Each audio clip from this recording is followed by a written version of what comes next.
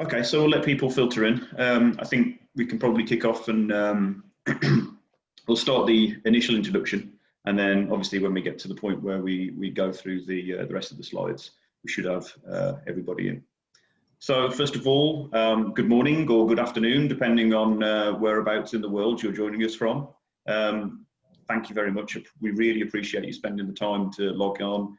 We really appreciate you joining us for our webinar. This particular one is about linear friction welding, where we'll be discussing a little bit about the process and a little bit about the machines themselves. So before we begin, just a little bit of general housekeeping. We will be recording this webinar, so if you miss anything, if you have to leave for a little bit while, don't worry, we will circulate the recording of the full webinar after the event. Secondly, so to help us, you just go back a slide. To help us obviously define and make the information relative to the webinars, if you can complete the exit survey that should have flashed up on your screen, that would really help us out because we would know obviously who's attending and what they're looking for. And then lastly, we have a lot of information and a lot of different people speaking from different organisations throughout the next hour. So if you do get any questions that come up during the webinar at any time, please feel free, just put the question into the question box down below. And then hopefully at the end of the webinar, we should have a little bit of time left to discuss any questions that come up and answer them directly.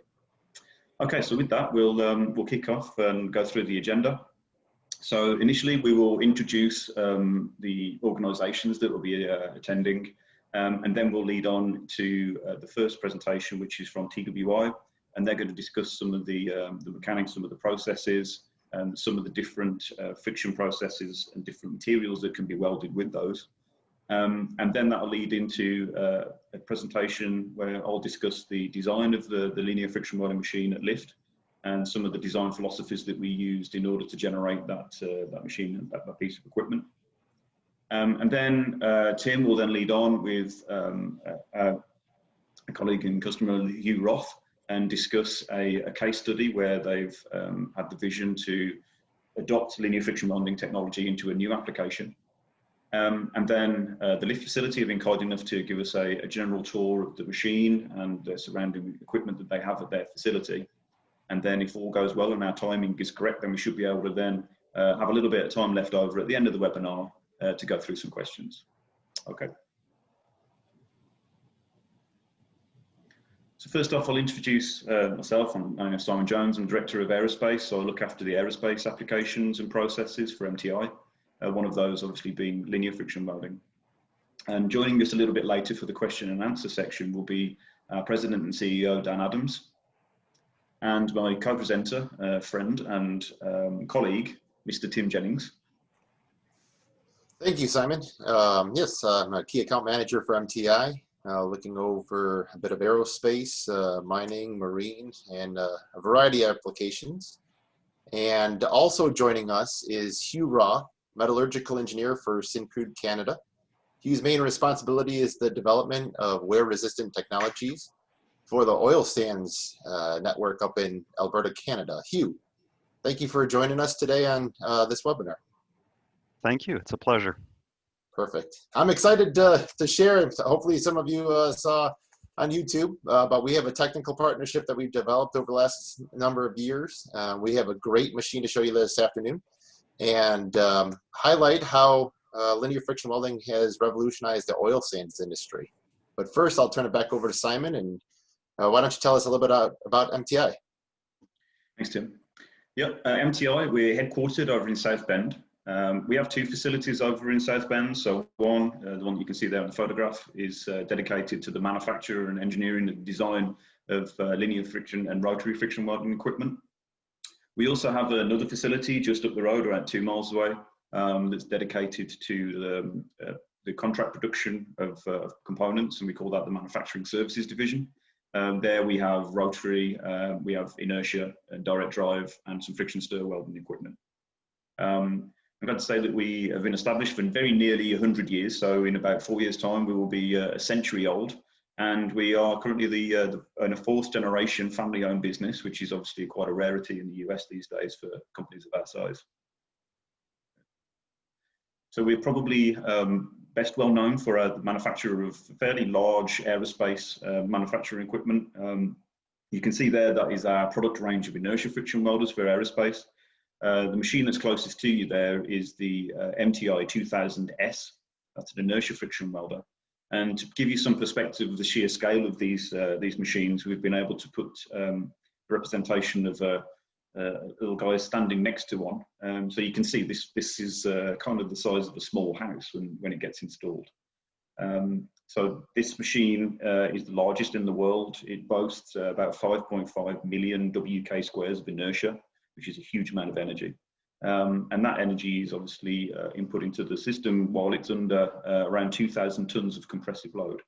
So the forces are fairly high, and this machine has to adhere to very strict aerospace tolerances while it's performing that weld sequence. Okay. Also in the lineup is a range of linear friction welding equipment. So you can see there at the back, there is the MTI LF3575. This is a linear friction welding machine that was recently installed in the lift facility, which we'll have a little look around in a little later in this webinar. And in front of it shows you another dimension or another magnitude of machines that we manufacture, which is currently the smallest linear friction welding machine in the world. That particular machine is capable of welding something that's similar to the size of the tip of a pencil. So it's around 1 to 2 millimeters, square millimeters, weldable on that machine. That gives you an idea of the capabilities of MTI. And I'll pass you on to Tim to show you whereabouts we are and where we're located relative to the US. Sounds good. Thank you, Simon. So MTI is a global supplier across 6 continents. We have machines across a variety of locations. We're headquartered in South Bend, Indiana, about 90 miles east of Chicago. We have 2 facilities there, one that specializes in the machine build and design of our equipment, and then our second facility is our manufacturing services group that actually conducts the welds on our pieces of equipment. And we have a third facility. It's a mirror of our headquarters over in Kings Winford, England. So we have a wide reach across the world with 2 resistance welding facilities also in England and Slovakia. Next slide, please. So we are crossing multiple time zones, as Simon had mentioned this morning. Joining us is Syncrude Canada, the Research and Development Center up in Edmonton, Canada, with dual mines up in the Fort McMurray area. TWI Research and Production Laboratories over in Cambridge. And then obviously the lift facility is the highlight over in Detroit, Michigan. Okay, so just a little bit of an explanation as to why we've brought this group together. So MTI is obviously a manufacturer of machines. We're an industrial partner for many manufacturers, as Tim explained, around the globe. We also obviously heavily rely on the development of these new and current processes. And that's why we team together today with 2 research institutions. First of all, the lift facility over in Detroit, who currently have the largest commercially available linear friction welding machine in the world. And also we've brought on board the help of TWI, who have a massive wealth of experience in friction welding processes, just to add another dimension to the content of the webinar.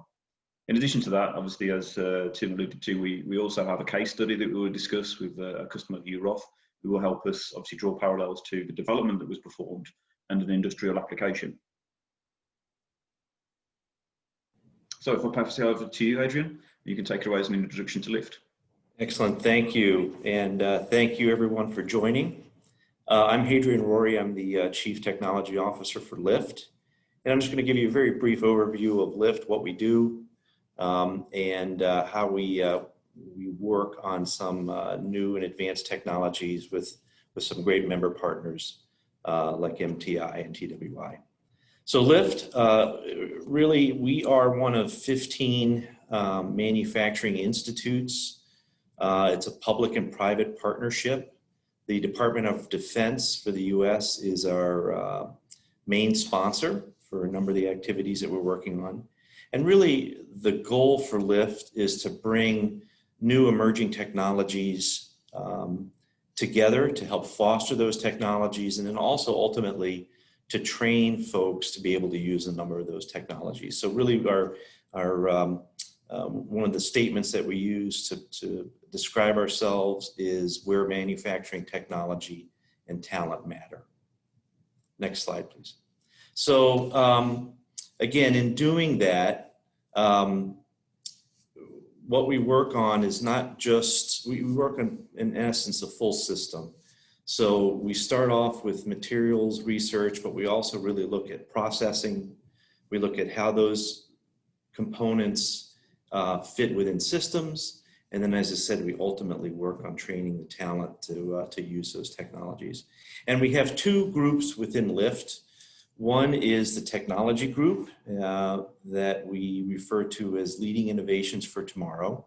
And then we also have a talent development group, which we refer to as Learning Innovations Tomorrow. And those two groups together combine to create the entirety of the Institute.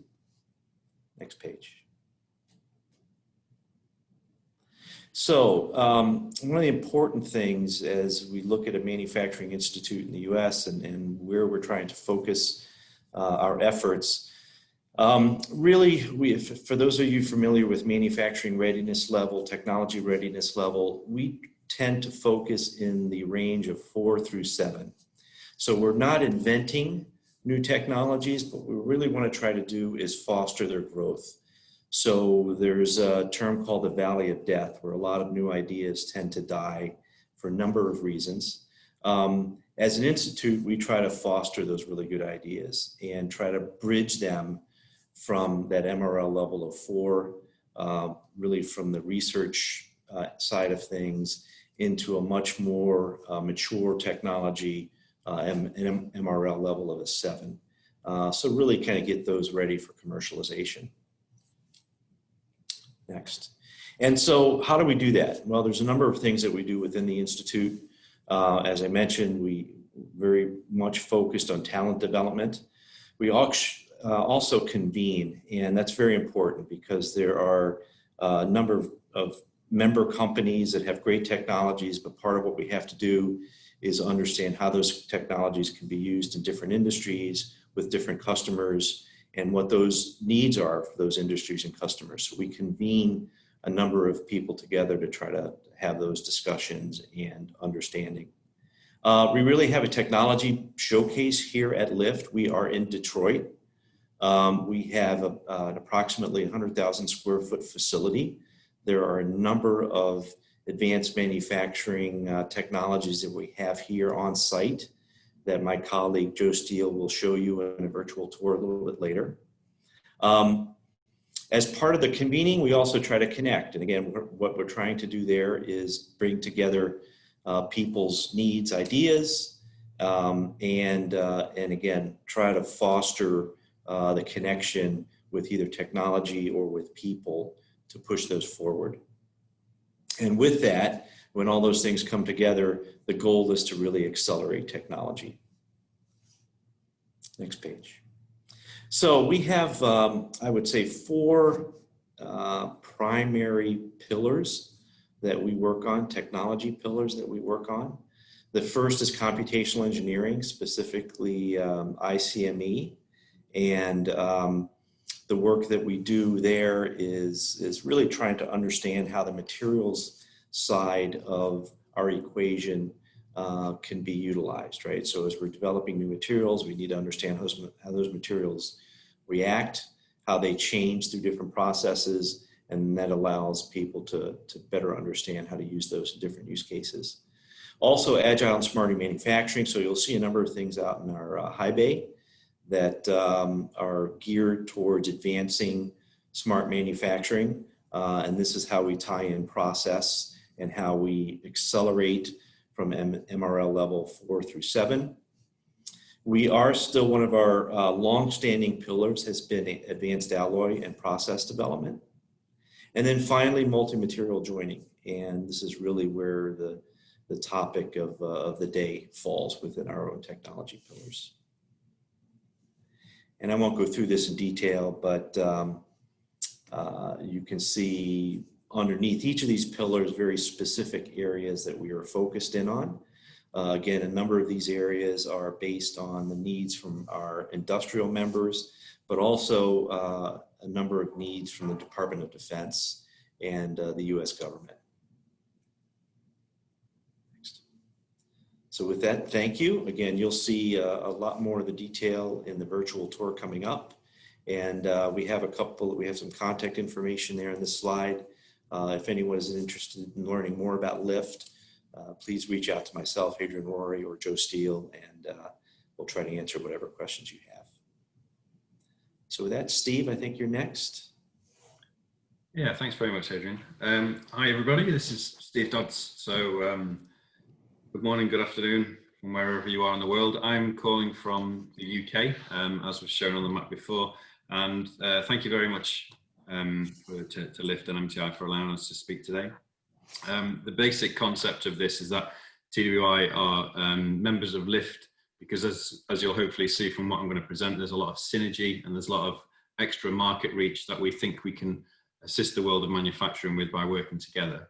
So if I give you a quick overview of TWI, and then what we're going to do is drill down into the actual linear friction welding technology into a bit more detail and show some more of the quirky stuff that we can do with it as well. So TWI are a research and training organisation in the UK.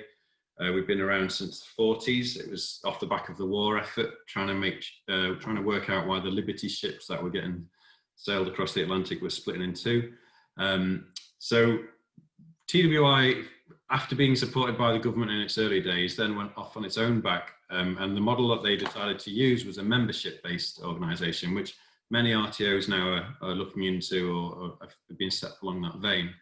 But what it means is TWI is effectively owned by its members. So we depend on them in terms of steering, in terms of funding and strategy to a certain extent.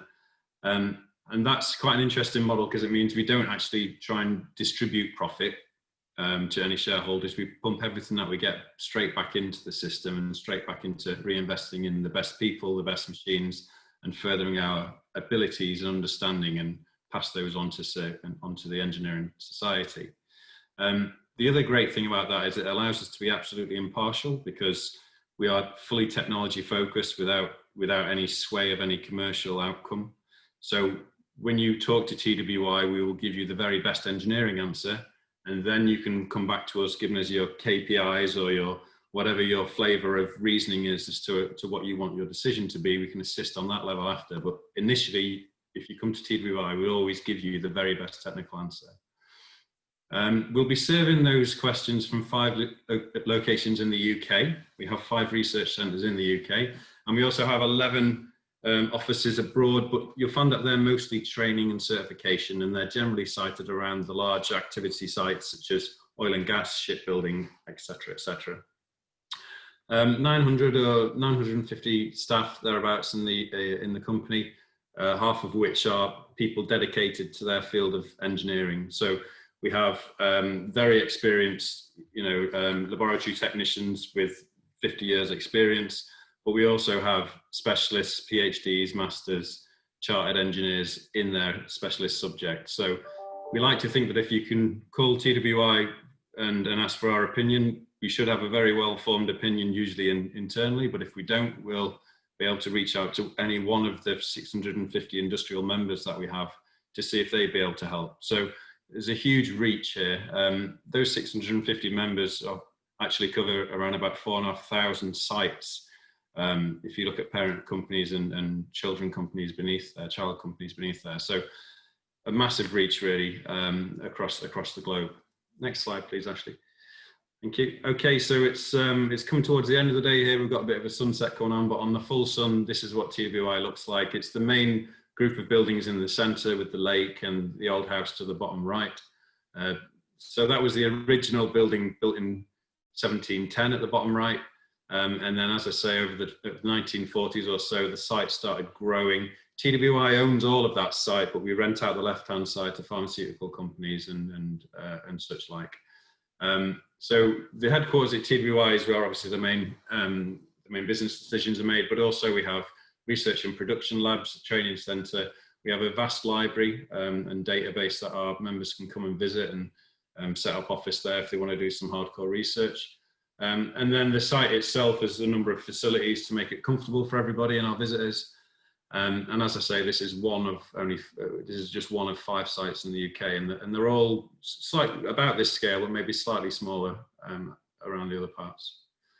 So then, what do? So I've touched on it a bit, but our main mission is to make sure that people know that there's somewhere to go to get the best and the most impartial advice that they can on their engineering challenges related to materials joining and any allied technologies that accompany those. So there's a scope of activities there which mainly focus on how things are put together and how things fall apart, or how to assess if things will fall apart and give them a prediction of life with some assurance behind that. But then we also transfer that knowledge and that capability through training and technology transfer. Now, the last bullet point there is worth mentioning because sometimes we develop technology similar to LIFT in the TRL. We dip a bit earlier in the TRL to sort of early invention. But when we push stuff through into the engineering community, it's not always ready for someone to take on as a subcontract job. So TWI are often there to help with that hang time in between setting up a production line and making sure that parts are still getting pumped out at the rate required. Next slide, please, Ashley. Thank you. So just in summary, key benefits of working with TWI, and really we are welcoming inquiries to support LIFT and MTI through this venture. So if you want to have a chat with us, the things that you're going to notice with TWI is that we do have a very comprehensive resource of knowledge and experience on the topics that we cover. We have world-leading facilities, and also with these sort of interactions and agreements, we actually have the biggest range of friction welding equipment, for example, friction welding equipment in the world that we can turn to. You'll get dedicated technical experts talking to you. We've got not-for-profit distributing structure, which means we can have full impartiality. A very unique thing with us as well is that any data that you generate during a private research contract with TWI, a single client project, you own any IP that you generate and we transfer that over to you. We hold nothing back on that. So that's quite a unique aspect of working with TWI. And we are absolutely committed for your success. So come and have a chat with us, please. And we look forward to hearing from you. Okay, thank you, Ashley. So very specifically here, we're going to go down into a subsection of TWI, which is the team that I manage, friction welding. And then we're going to go down even further into just one technology. So I'm forced to limit what we can talk about because of time, and I know everyone's interested in linear friction welding, so I'll go straight into it. But please have a look on our website, see what else we do. It's vast. There's not really a slide that can encompass it. Okay, so let's get a bit technical then. Solid state joining. There's 2 main ways of joining materials together, metals together certainly. We can turn them into a puddle by melting them and then hold them together and let that puddle refreeze. And that's obviously above the melting temperature. Or there are a number of ways in which you can create a solid state joint using various different mechanisms. Interatomic bonding is one of them, but there are a few that we might get to discuss in a moment. And that happens beneath the melting temperature.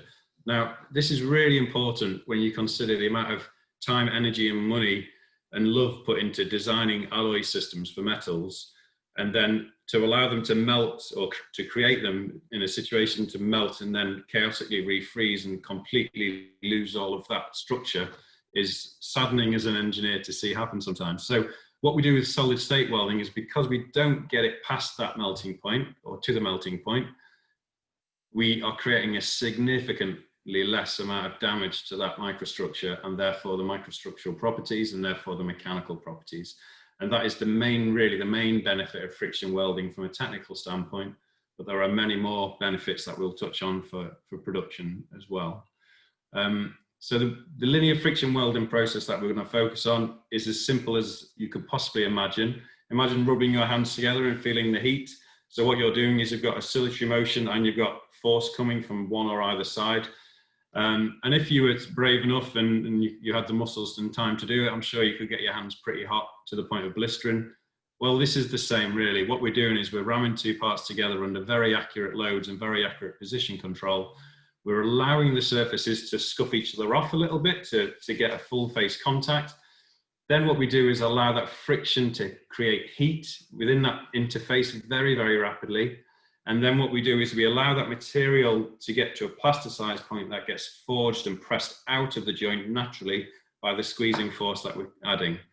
We squeeze it and push it and expel material to a set distance, and that's very precise.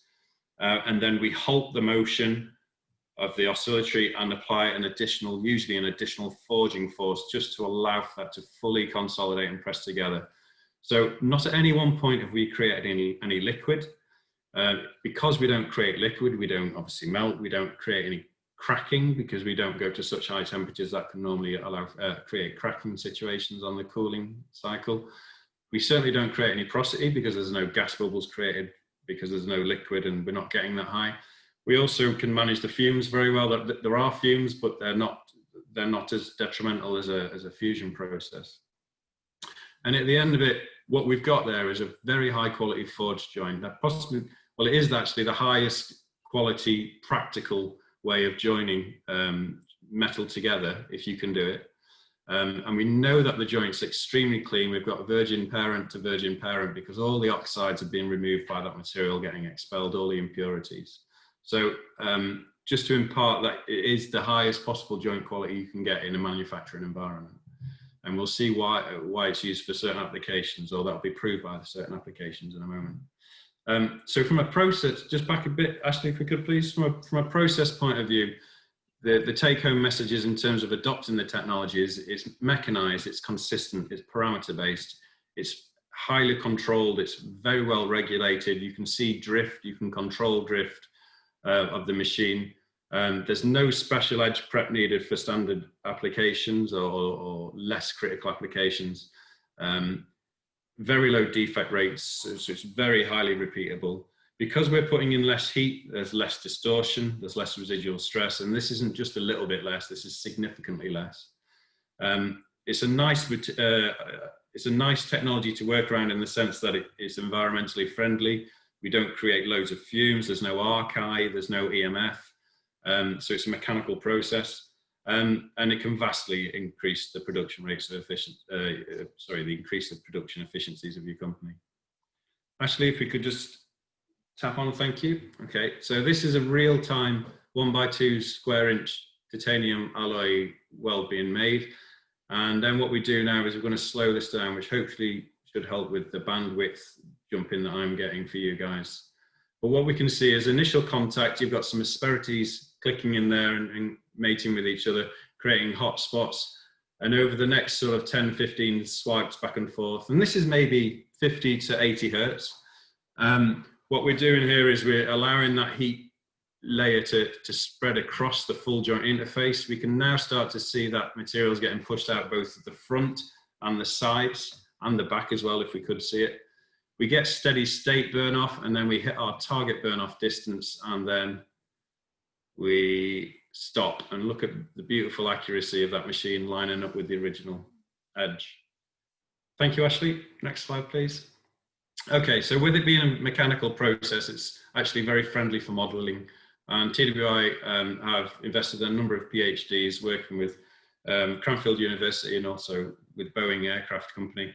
And what we've managed to do is create a model where we can already work out the very basic parameters for a material given its mechanical properties. And we've modeled it many times to reduce the amount of trials that we have to perform to shortcut that. Thank you, Ashley. Okay, so when I said it's being used in aerospace, the first thing to say about this technology, if you're new to it, is it is very dependable, to the point that this is the main technology used to hold together the flight critical titanium bladed discs just before the compressor stage of the vast majority of jet engines in the world. With no known service failures to date, this is known to be a dependable technology for all of the major aerospace engine manufacturers. And TWI have been lucky enough to work with most of them in taking up the technology or investigating the technology ready for a company like MTI to come along and create a machine. Next slide, please.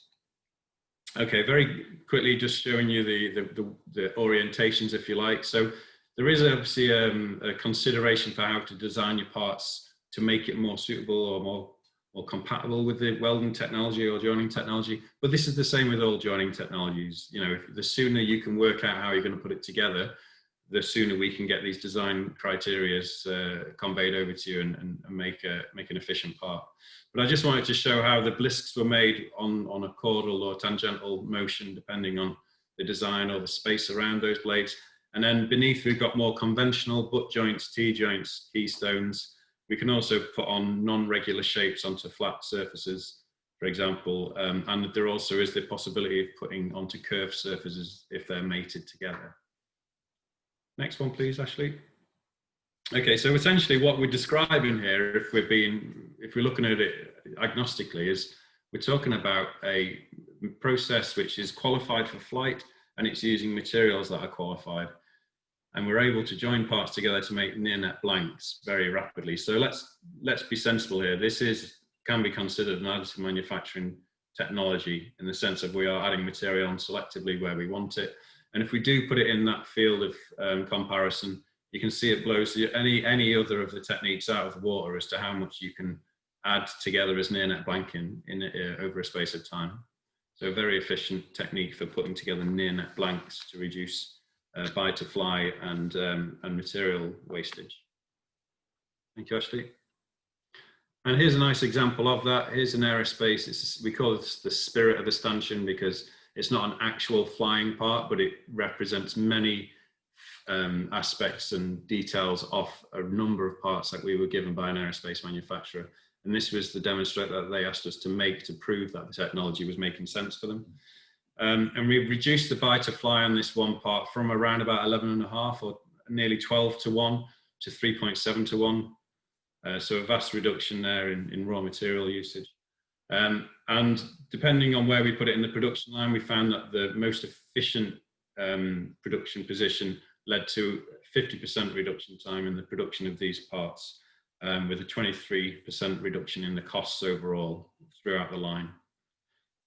So that should give you an idea of just how flexible the technology can be and how you can really save that buy to fly. An extreme example of this was put together by TWI. That there in this center is the world's largest LFW demonstrator made out of aerospace aluminium.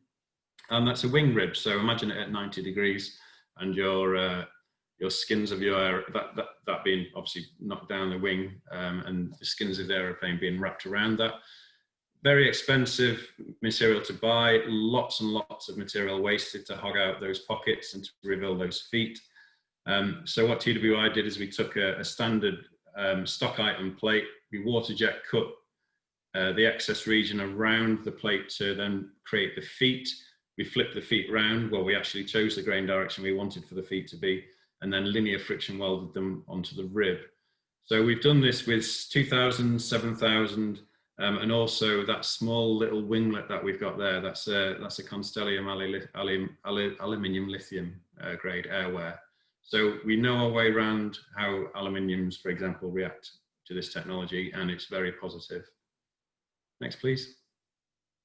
Okay, so last couple of slides from TWI. We do all the mainstream stuff. We're pushing linear friction welding into loads of markets. Aerospace have seen have been able to invest in it and have seen massive gains from it. And hopefully you've seen some of the products that have benefited from it. But I also wanted to show you some of the sort of more left field stuff that TWI do with this highly adaptable technology. So, for example, on the top left there, we have nickel bolts for subsea applications. It would make perfect sense to anybody who knew anything about friction joining that the best way of putting that cap onto that bolt would be for rotary friction welding. That would make perfect sense because it's axisymmetry and it rotates quite easily and it would be a very easy setup. Yes, that's all very true, but because the linear friction welding motion generates heat across the full surface of the joint more rapidly than rotating, which has a 0-point dead spot in rotation. So what we're able to do is friction weld using linear friction welding that bolt head onto that subsea bolt thread more quickly. Therefore, the grain growth is much reduced. Therefore, it keeps within the spec for subsea bolts, the international spec for grain size. So rotary welding couldn't achieve that. Linear welding does achieve that, and it makes a lot of sense. On the right-hand side, the top right, we've also got some carbon fiber reinforced plastic, which TWI have developed for joining peak cured plastic. And there's a bit of a Goldilocks image there showing where we went a bit too far, when we didn't go quite enough, and then they're just right at the end. And what we're trying to achieve here is to achieve lap joints between carbon fiber, and the distance between the two specimens by the end of it is no greater than the distance between any of the threads within the carbon fiber strings. So what we're trying to create here is almost an invisible joint in terms of carbon fiber. We're getting there, very promising results. Going down to the bottom right, we've got tungsten and steel, and obviously linear friction welding can't change physics. You know, if we rub two parts together, and if we wanted steel, for example, to forge to tungsten, we would have to get the tungsten to a plasticized temperature. That's not going to be possible because the steel is probably going to turn into liquid before then. So what you do is you accept the system that you've got, and what we did in this case is we were working with the UK Atomic Energy Authority. They needed tungsten to be joined to steel. There was no shortcut. They had to have those materials. It had to be that. So what we did is we created some mechanical interlocks into the tungsten, and then forced and squeezed the steel into that mechanical interlock, which was a sufficient enough joint for them to use for their application. So some sort of slightly off the beaten track approaches there. On the left-hand side then, so just quickly on the left-hand side there, you saw some rocks. We've also done some work with an American university to work out the energy it takes to shear rocks under linear friction welding. And this was used directly to calculate the energy needed for slip faults for earthquake research. So please come and have a chat with us about the technology. I'm sure there's things that we can explore with you. And the next one, which is the final technology slide, the latest, the very, very latest from TWI, which is something we did a webinar on a couple of months ago. We've been working with the University of Cambridge down the road from us, and we seem to have cracked the concept and the practicalities of linear friction welding wood together. We've done various different types of soft and hard wood, but we've also looked at man-made engineered wood, MDF and particle board. And in some cases, we've found that we can create a joint which has a higher shear strength than the original parent wood or the original tree. Lots of interest in this from furniture manufacturers, for example, but also lots of interest from the manufacturers of the wood to send it out. Again, similar to the metal industry, as near net blanks to their clients, so they don't have to waste quite as much wood when they're making stuff. Okay, so that's kind of it from TWI. Many thanks for your attention. I look forward to supporting the panel conversation, but now I'll pass over to Simon Jones from MTI. Steve, that was great. It was just the right amount of technical content, and really appreciate your time and being a partner in the webinar. So thank you very much. So if I may, I'm just going to build on a couple of your comments there, and you identified some of the advantages of linear friction welding. Next slide. So one of those advantages that is probably most used or most taken advantage of in industry is, as you mentioned, that there is no particular singularity that is rotating as you would experience with a rotary friction welder. Because as you can see there with the two diagrams that we put forward, as you mentioned, as you rub your hands together, the surface area starts to get hot. And the idea is that all of the cross-sectional area of that weld is experiencing the same relative motion as they're oscillated in a sinusoidal waveform. And that's a massive advantage because, as you can see on the other side with the rotary friction weld, as you move away from the center and further approach the annulus of a bar, for example, the relative motion or the angular velocity or surface speed starts to increase, which increases the heat and the energy input. Which you find is a very efficient process, but you have to wait for the energy to effectively penetrate into the center of the material before it starts to plasticize and then starts to be extruded out into weld flash.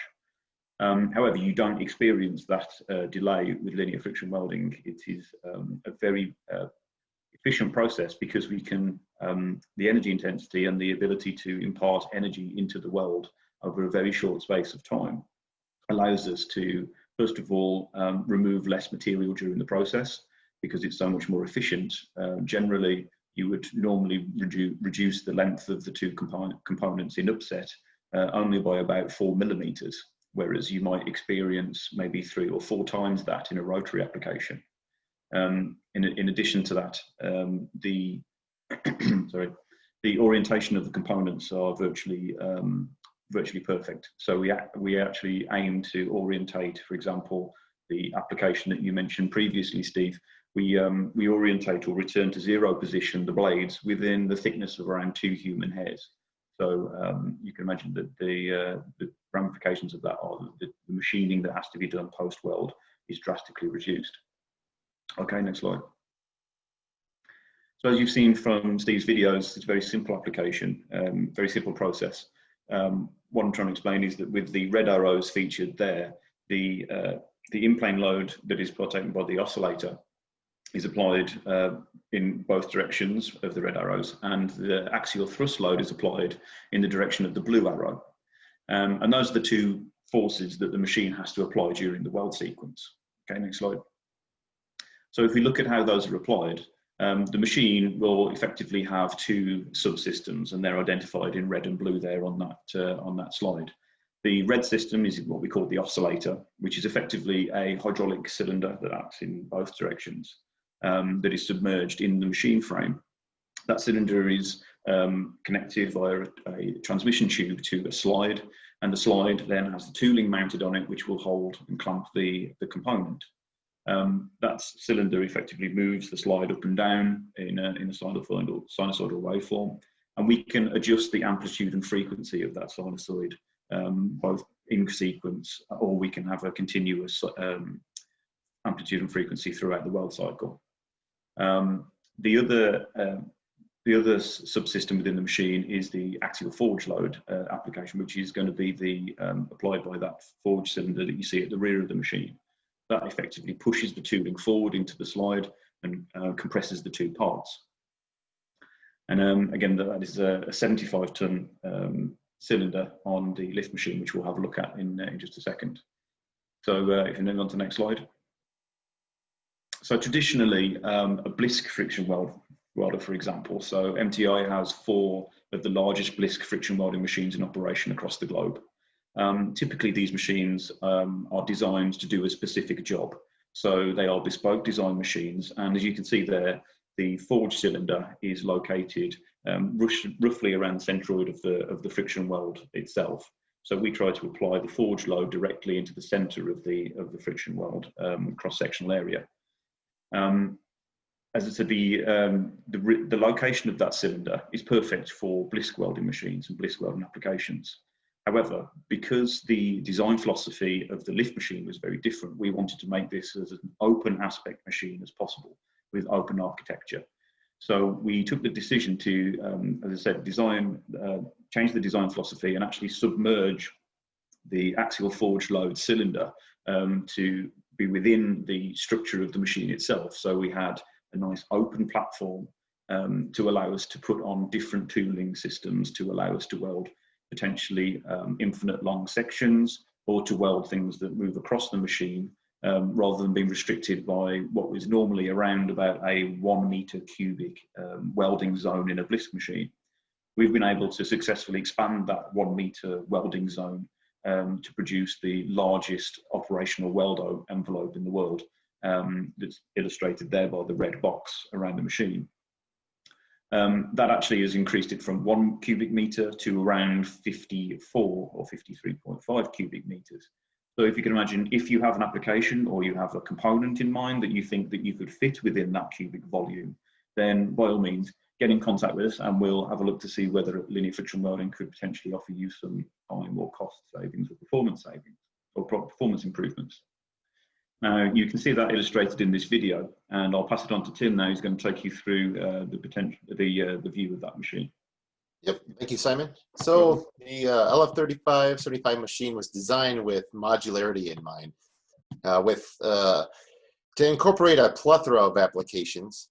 we looked at 3 primary applications: near-net shape additive manufacturing, jet engine blisk development, and large part joining such as wing spars and C-tracks. But really our focus, and this is where LIFT was vital in bridging that gap, was on full-scale part development. And as you see here in the stainless steel tooling, we start with coupon development, and that type of tooling is available today. And the key takeaway here is we can begin development tomorrow if necessary with that tooling. So to start, let's take a look at a blisk aerospace application. So the LF3575 machine is perfect for blisk development. And one thing to note, MTI has designed the only blisk tooling currently in production. And those welded components are in flight, currently defending a majority of the countries on this webinar today. So not all engine programs, though, justify LFW machine capitalization right away. And the machine time that is used for these programs can be at a premium for developmental programs. And so this machine is perfect to not only understand the process, but take customers all the way from start to finish. And with that, we perform material feasibility studies, joining various materials and biometallics through developmental rotor welding. So we can run full-size rotor welding, cut that up, and then also weld first-to-flight rotors for qualification purposes. But the LF3575 machine and the blisk tooling from MTI really is perfect for anything from commercial business jet engines all the way to military missile applications. Next slide, please. So another aerospace application that we looked into, and actually we have some success already between LIFT and MTI, is near-net shape development. So applications like the wing spar that TWI had mentioned, this is perfect. You can imagine the size of this lateral to the machine.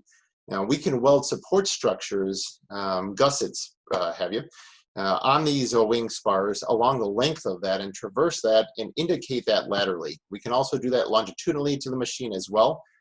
With the aid of that dropped forge axis, we remove that gusseted feature that you see in white there. But the primary idea is to reduce weight, reduce cost, provide full cross-sectional weld strength, and introduce various materials into that weld where strength and weight go hand in hand. But the same philosophy for near-net shape development and additive manufacturing can be transferred into aerospace C-track applications, automotive chassis, suspension, and safety components. Marine geometry as well that may be of complex nature, may not share a common axis, or mining wear protection applications like we're just about to see here. Next slide. So interesting application, a little bit of a derivative from LIFT's lightweighting roots, and really it's innovating with the technology, is the use of the LIFT machine for mining applications. And this is perfect with that open tooling envelope that Simon had mentioned. Because of the size of mining equipment, down on the bottom right-hand corner there is a grater edge. That is, the blade itself is 24 feet wide. And so with the open welding envelope, we are able to add wear protection items to this in full size. So for mining, proof of concept was truly required, but it's the full-scale field trial components that were the key to success.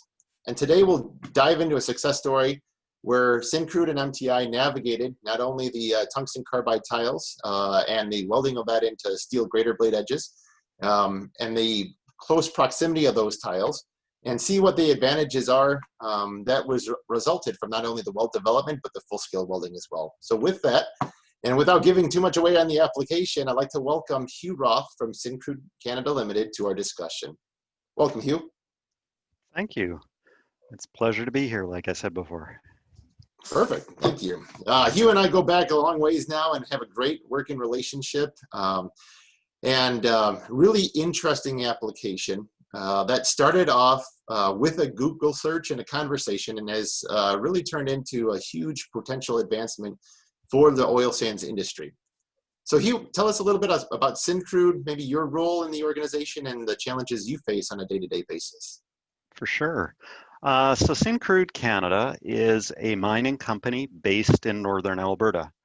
Our mine operation involves the handling and transport of large volumes of material each and every day.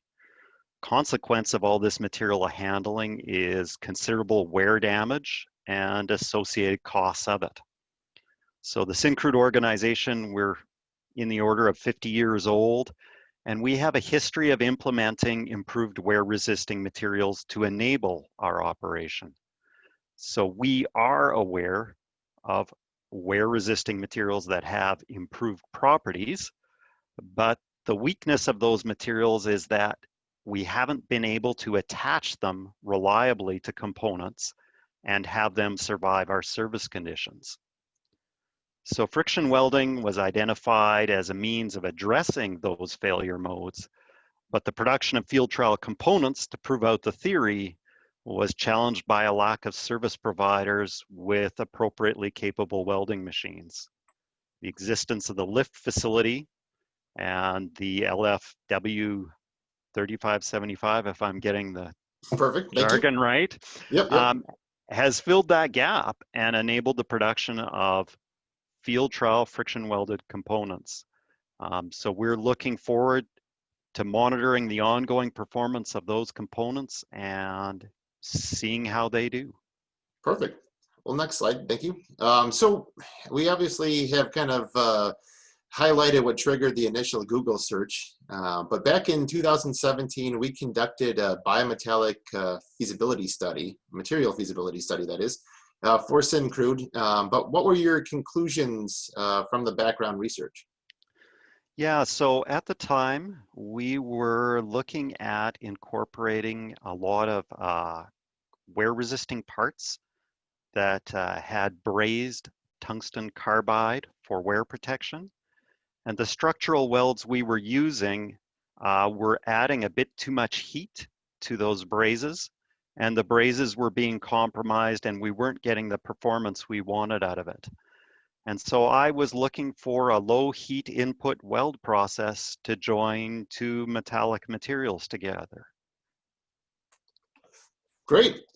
So, I mean, I'd like to aid in the success of that, but it sounds like a success, but that's probably not the end of the story. Can you tell us a little bit more about the supporting research that you conducted and what guided further linear friction welding development?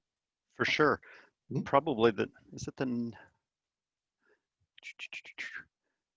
Yeah, so what we found with all that work with the brazed tungsten carbide components after we addressed the weld attachment issues was that the residual stress of the joint in the braze to the steel was causing carbide failures, and we were losing 95–99% of our carbide in a fell swoop. And this was limiting our ability to take advantage of that material property. So it provoked a lot of deep diving into what was going on and what we could do to try and address that. Perfect. Next slide. Thank you. So it's really interesting you should say that, because when you think of tungsten carbide, you don't think of premature failures when you're losing 95% of the material. Can you tell us a little bit about the supporting research and the image that we see here? You bet. One of the big realizations when we have played with tungsten carbide in the past and we've seen failures, we've attributed it often to lack of toughness, the brittleness of the material. Mm-hmm. But what we found was when we used mechanical or glued attachments, we weren't seeing carbide fracturing happening. And this is a picture of a large slurry pump impeller. So that rock that's wedged in the back there has a minimum dimension of 5 inches. That particular pump was in service for 1,000 hours. You can see the very large carbide pieces at the front of each of the vanes. Those rocks were striking those carbide leading edges at the order of 15 meters a second, and it was having a strike every second. And it was in service for 1,000 hours. We didn't see a single chip or fracture on that carbide. So we came away realizing that the carbide can be very robust and achieve what we want if we can attach it right. Mm-hmm. Man, it's every time I see this illustration, I am reminded just how absolutely punishing the oil sands industry and what you have to go through, you know, or like this, that it's not refined before it gets to a situation like this, and how, the beating on equipment that it completes. But so if tungsten carbide provided Syncrude excellent wear and impact characteristics in this instance, what was the theory behind the premature failures and the joining that you were looking into? For sure. Let's look at the next slide. It'll probably help that. So it comes down to something a local prof opened my eyes to. And he made me aware of an artistic technique called glue chipping. So in this craft, you take a piece of glass, you etch the back of it, then you apply a glue. And the glue, when it cures, it contracts. And that contraction creates a lot of stress. And it forms little chips. Flakes of glass get pulled away with the glue as it peels off, creating this Jack Frost pattern. So we realized that our tungsten carbide contracts at a very different rate than the steel that we're brazing it to. And in the course of that, we're seeing an analogous failure mode happening in our tungsten carbide. So to test the experiment and your theory here, not only did we need a way to join the tungsten carbide to steel substrates, but you also needed a way to test the hypothesis. Can you enlighten us a little bit more, you know, the work that you performed? Absolutely. Let's go to the next slide. So a key part of this was for myself to build up enough support internally that we could go down the road of designing, tooling, and buying the prototype parts to actually make field trial pieces. So lab scale demonstration of the theory and that the technology represented a performance improvement was critical. So a key part of that was demonstrating that we do have residual stress in our brazed joints. And we did that using standard micro hardness indentation tests. We would plant an indent near the corner of a brazed joint, and we'd push the indent in just hard enough that you get cracks forming from the corners. But under the residual stress, you would get two of those corners propagate very prominently in the orientation that the finite analysis tells us there is a lot of stress.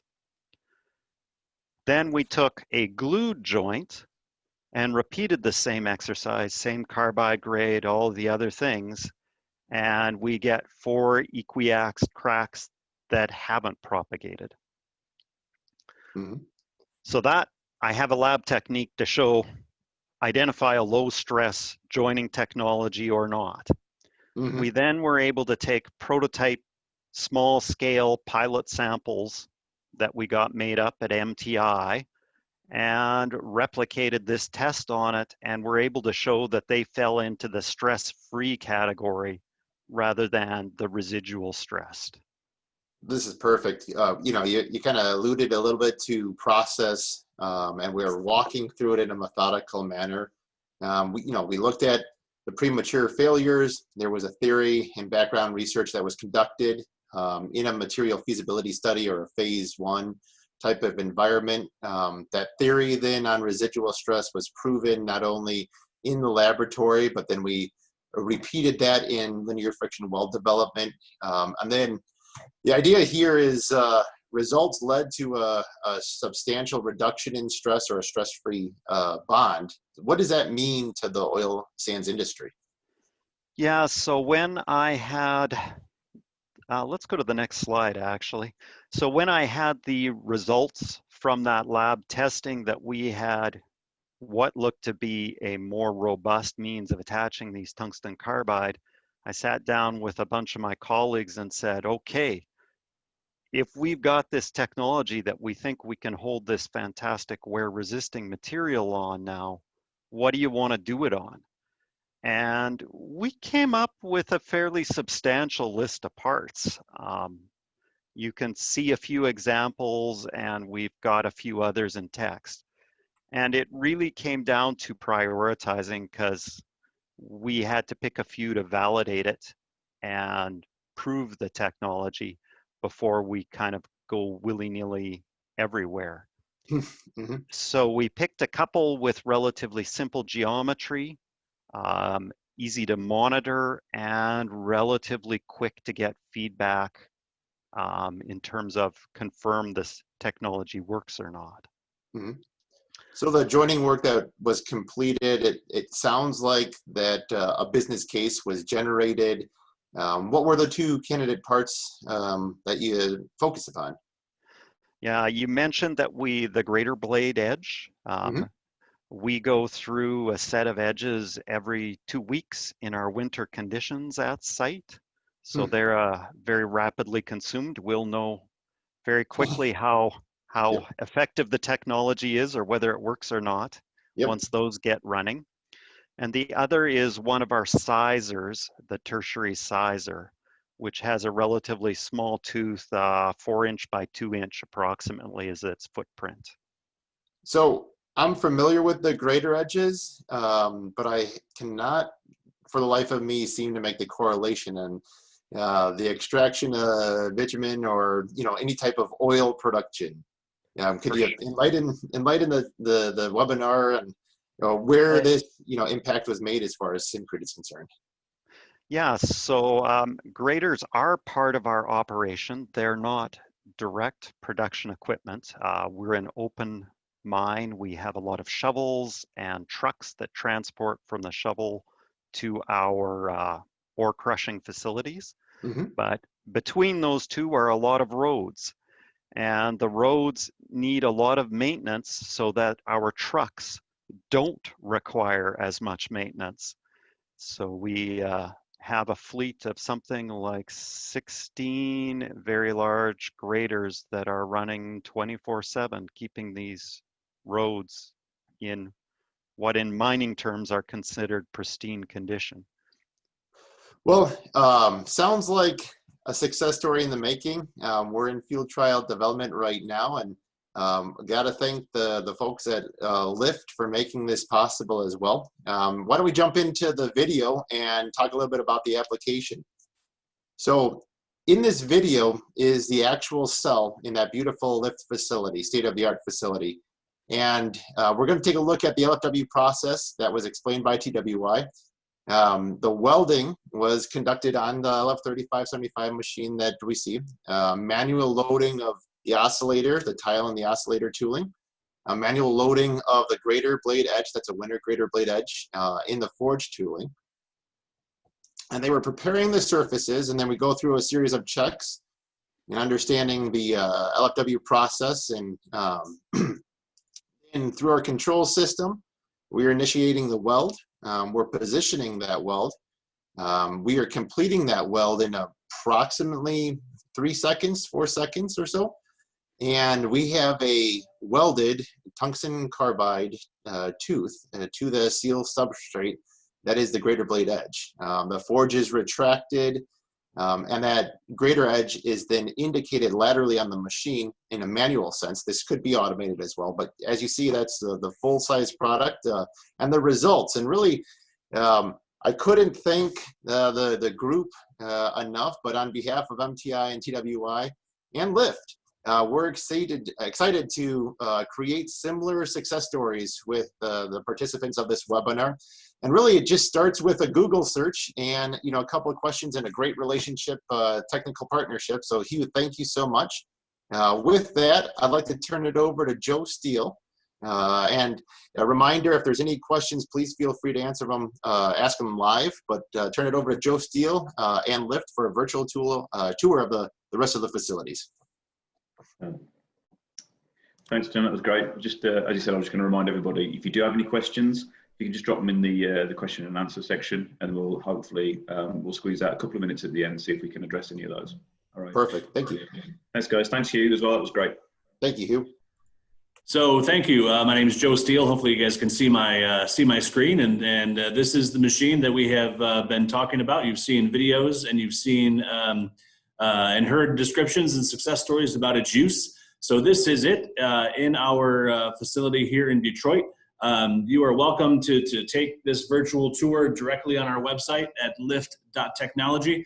But I wanted to show you a couple of things here at our facility that go along with this unique piece of equipment. As noted by Hadrian earlier, we are a National Manufacturing Innovation Institute that is focused on connecting the materials, processes, and systems along with the talent that go along with future manufacturing. So along with the world's largest commercially available linear friction welder that we are fortunate enough to have here at our facility, thank you to MTI and partners like TWI, we are moving the needle as it relates to those processes and those materials. Amazing that you can, linear friction weld wood together. But we're also doing a number of other things here at our facility. For example, we are using our flexible joining cell, and we're using it for a process called wire arc additive manufacturing. So we're taking a look at additive manufacturing and using welding machines to take a look at can we build parts and pieces using readily available equipment that folks already have. So our team is currently investigating laying down welds and then shaping the pieces and parts from them. Additive manufacturing, one of the things that we're focused on is making sure that the materials are qualified and that we know what those materials are going to react to when they are being processed. Again, by connecting the materials, processes, and systems, that is at the core of what we do. So I'll just take a look around our facility here. This is our 100,000 square foot facility here in Detroit. We're about a mile away from downtown. We're also about a mile away from the Detroit River that separates Detroit and the US from our friends to the south, actually, over in Canada. It actually is south from here. But we have a number of pieces of equipment here that I want to focus on just two of them. I did show you the wire arc additive manufacturing piece, but I also wanted to show you our integrated, incremental sheet forming cell. This is another process that we're working on in terms of shaping sheet metal. Again, we are supported by the Department of Defense, and we think there's some applicability here to, instead of particularly small and medium-sized manufacturers or other manufacturers to have to invest in a tool or a forming cell of their own. Can we program robots that folks may already have on hand to shape sheet metal into the parts and pieces that they needed? Again, this is about investigating new materials. It's about investigating new processes to implement them into future systems. So as you can see, the robot over time circled this particular path and created a part. So we're investigating, how far can we deposit the metal? How far can we move it? And where can we take it? We do have traditional forming cells here on our facility. We also have a large extrusion press. Before we came down, and frankly, we'd be hosting this tour, I think, live and in person if we weren't in the middle of a global pandemic. But we were extruding magnesium in our facility before we had to kind of close down a little bit in the midst of COVID. I do want to hop upstairs just to highlight the Lift Learning Lab. I mentioned that we are not only connecting the materials, the processes, and the systems, but we're also connecting them to the talent. So we have a curriculum that we've developed here at Lift with the Department of Defense, really to try to engage students early, to try to encourage them to take a look at advanced manufacturing as careers. Everyone's heard the stats that there are millions of jobs going to be available over the next 10 years in the advanced manufacturing sector. So we want to catch them early and really open their eyes to material science and advanced manufacturing. So we start them off with core employability skills all the way up to creating the next advanced manufacturing technician. Here at our facility, we had about 150 students a day going through here. Again, taking part in hands-on education, as along with the online piece that you saw. But the unique part is that we are here overlooking the lift high bay. So when they're here during the day, they can see the work that's going on with the linear friction welder. They can see the work that's going on with the wire arc additive manufacturing cell, and they can see and aspire to see all the work that's happening on the high bay with our partners like TWI and MTI and the rest of our ecosystem around the country.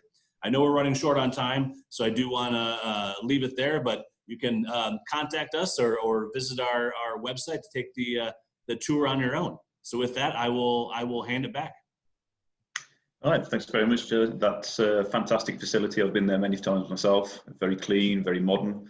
You're fortunate to work there, and it's such a fantastic environment to work in and develop processes. So thank you very much for your time, and thanks very much for that virtual tour.